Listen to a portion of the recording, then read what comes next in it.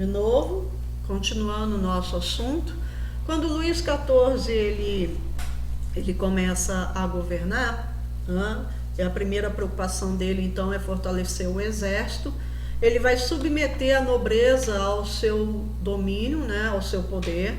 Como que ele faz isso? Ele não é o Rei Sol, ele vai manter essa nobreza, né, na dependência dele, tá, do poder dele. Ele vai estabelecer assim, uma relação de favores com essa nobreza e com a burguesia. Então ele está ali estabelecendo uma relação de controle com a burguesia e ao mesmo tempo com a nobreza. Essa relação é uma relação de troca de favores, tá? Ele vai estabelecer favores para que essa nobreza se mantenha fiel a ele, e ele vai criar mecanismos para que a burguesia francesa ela possa avançar, ela possa expandir, né, e ela possa conquistar ainda mais capitais, né, se desenvolvendo ainda mais através de leis que vão permitir isso, né?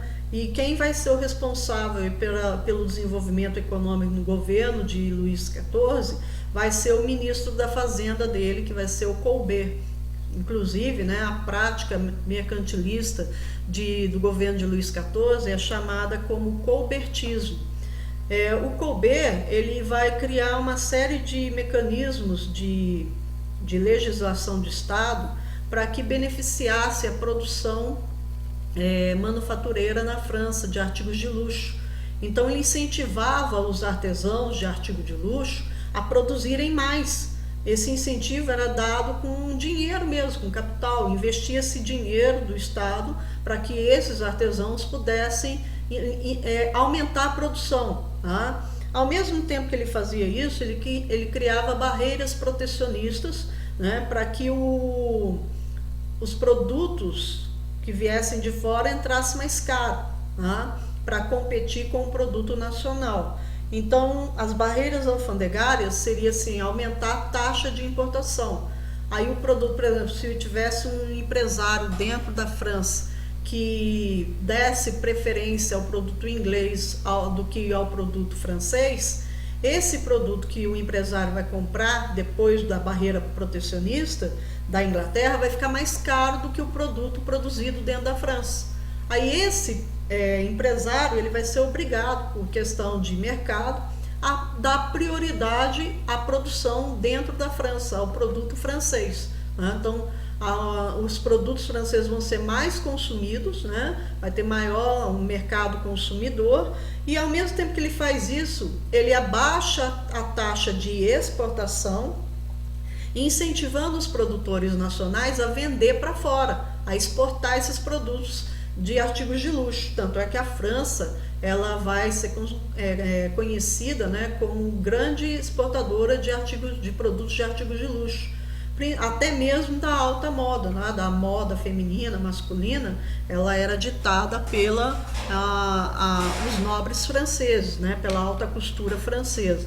Então tudo isso era exportado. Aí a França começa a acumular riquezas, mas não só em cima disso, tá? A França também vai ter parte da sua riqueza explorando as colônias na América, né, suas colônias que tinha na América. Ela vai fazer essa exploração e ela vai enriquecer também com a pirataria, tá? Que foi muito usado também por outras nações, Inglaterra, Espanha, tá? E aí ela investe pesado nesses setores. E aí a França ganha muito dinheiro, tá? Enriquece muito no governo de Luís XIV. Mas ao mesmo tempo que ele ganhou muito dinheiro, enriqueceu, houve um grande avanço do comércio, houve aí, né, um acúmulo de poderes nas mãos do Luís XIV, eles também gastavam muito dinheiro, tá? Luís XIV gastou muito com guerras, ele esteve envolvido em 9 guerras externas, se envolveu em guerras contra a Holanda, contra a Inglaterra, contra a Espanha, tá? A Áustria, e vai por aí afora. E ele gasta muito também internamente, tá? Principalmente por causa da vaidade própria dele, de demonstrar o poderio dele, né? De criar um meio de propaganda de si próprio, tá? Então, um dos símbolos maiores do governo de Luís XIV é a construção do Palácio de Versalhes. Vou estar mostrando para vocês algumas imagens aí, né, como esse palácio é considerado aí um dos mais belos palácios da Europa. Aí é o Palácio de Versalhes, tá? Aqui é ele, tá? Visto vamos dizer assim, de uma parte, né, do jardim do palácio. Tá? Então é uma parte, tá? O jardim do palácio é imenso, olha aqui, ó. Tá? São os jardins do palácio, tudo aqui, ó. Bom, o palácio é tudo isso daqui, ó. Bom, mais de 700 cômodos tem esse palácio, mas uma curiosidade, ele não tem nenhum banheiro. Na época eles não se preocupavam muito com isso. Então, esse palácio foi construído em Versalhes, que fica a cerca de 15 a 18 quilômetros de Paris. Ele é um palácio que ele deu toda a prioridade para a construção dele, gastou-se rios e rios de dinheiro para fazer essa obra. Esses aqui são os portões do palácio, tá? Que foi há pouco tempo restaurado. Aqui, olha, as grades eram banhadas a ouro, não sei se hoje continua, tá? Aqui as fontes de água, né, nos jardins, eles têm um labirinto, né, no jardim e tudo mais, tá? Então, com requinte de luxo e de extrema riqueza esse palácio. Aqui é uma das áreas mais famosas do palácio, é o chamado Salão dos Cristais. Então, tudo que vocês estão vendo aqui que parece vidro, não é vidro, tá, gente? São cristais, com várias obras de arte nesse salão. Então, aqui, ó, os lustres de cristais, os vidros aqui que parecem vidro, como eu falei para vocês, né? São cristais também. E esses detalhes aqui, ó, tudo banhado a ouro, tá? Aqui nós temos o quarto do rei. Uma outra curiosidade, ele não dormia nesse quarto, porque era muito frio. Ele dormia num quarto que ficava do outro lado da ala do rei, tá? Então, praticamente uma parte do andar, do segundo ou terceiro andar do palácio, era só as acomodações do rei, tá?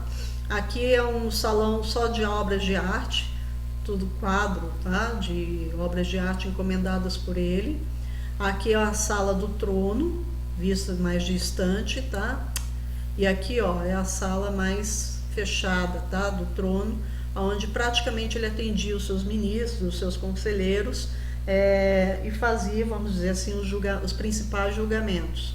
Aqui é a sala de jantar, né? Com uma mesa gigantesca, chegava, parece que ter cabia cerca de 300 convidados. E aqui a carruagem do rei, né?